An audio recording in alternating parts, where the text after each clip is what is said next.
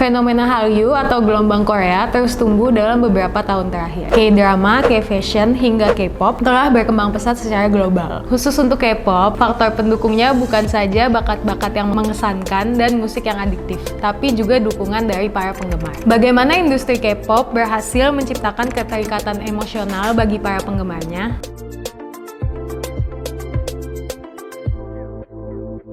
Hai, nama gue Ola dan welcome back to TFR's YouTube channel. Hari ini kita bakal bahas mengenai ekonomi fans K-pop, keterikatan emosional, dukungan tanpa henti, dan konsumsi yang berlebihan. Idola K-pop dan penggemarnya memiliki hubungan dekat yang berbeda dengan artis barat. Label-label K-pop telah mengembangkan sebuah cara baru untuk membantu penggemar merasa seperti memiliki akses langsung ke idola mereka melalui pertemuan penggemar online serta platform media sosial melalui interaksi parasosial atau PSI. PSI menciptakan ikatan antara idola dan penggemar karena interaksinya yang berlimpah. Penggemar menciptakan budaya fandom, sebuah komunitas yang dibangun untuk berbagi kesenangan dalam sebuah aspek budaya populer, untuk tetap terhubung meskipun mereka belum pernah bertemu satu sama lain. Setelah para penggemar menjalin persahabatan yang didorong oleh minat yang sama, mereka pada akhirnya akan membentuk rasa memiliki satu sama lain. Oleh karena itu, mereka lalu dapat membentuk sebuah identitas kolektif. Misalnya, bagaimana penggemar BTS menyebut diri mereka ARMY.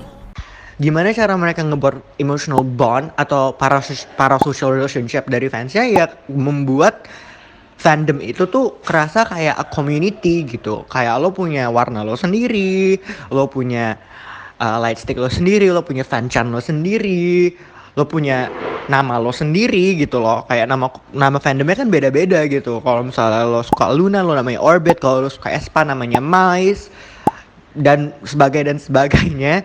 Jadi tuh dari situ tuh kayak ada sense of belonging gitu, ada sense of wah, gue itu di satu komunitas yang cukup established gitu. Identitas ini kemudian akan bermuara pada konstruksi Imagine Community, sebuah konsep yang memandang aktivitas fandom serupa dengan bagaimana warga mempraktikkan nasionalisme mereka. Namun, dibayangkan karena semua aktivitas dimediasi dalam ranah online. Misalnya Twitter yang dianggap sebagai tempat semua kegiatan fandom K-pop berlangsung. Berbagai kemudahan yang ditawarkan Twitter, misalnya fitur taga dan penandaan orang dan tautan, dapat dilihat sebagai salah satu alasan mengapa Twitter menjadi platform yang paling disukai penggemar K-pop. Melalui budaya fandom, para penggemar mendukung idola mereka tidak hanya secara emosional, tetapi juga secara finansial, karena K-pop pada khususnya berorientasi pada bisnis.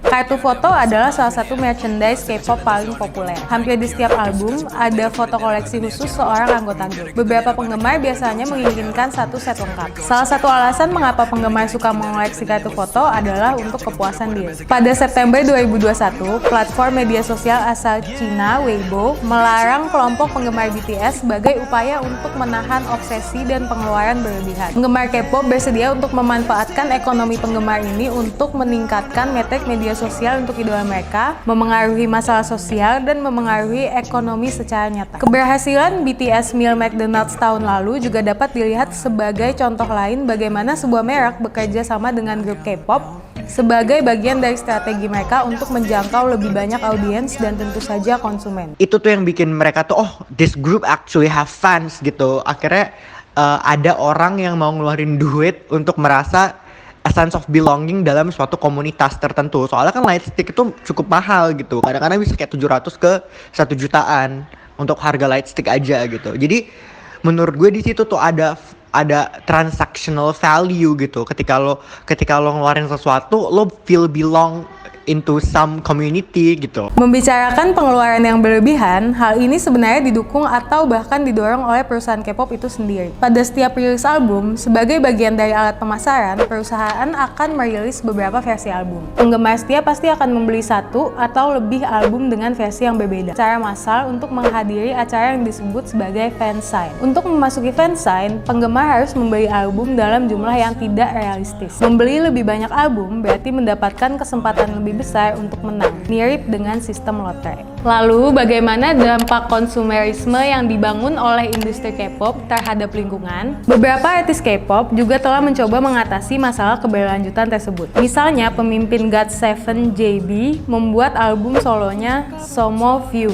dari bahan yang ramah lingkungan dan dapat didaur ulang, dikemas dengan amplop kertas. Grup K-pop Victon menerapkan strategi baru untuk album terbaru mereka untuk meminimalkan sampah dengan menawarkan album digital. Dengan metode ini, penggemar hanya akan menerima kartu foto dari setiap pembelian album digital. Sementara itu, perusahaan induk BTS, HYBE, mengumumkan rencana mereka untuk masuk ke dalam industri NFT, merilis kartu foto digital yang menawarkan kepemilikan yang aman kepada penggemar. Semua ini membuat kita bertanya-tanya, jika perusahaan K-pop terbesar, HYBE, melanjutkan rencana NFT-nya, akankah penggemar K-pop pada akhirnya tidak hanya menjadi kolektor foto, tetapi juga kolektor NFT? Gue Ola, thank you for watching TFR's YouTube. Untuk konten edukasi selanjutnya, keep on watching. Jangan lupa like, share, komen, dan subscribe.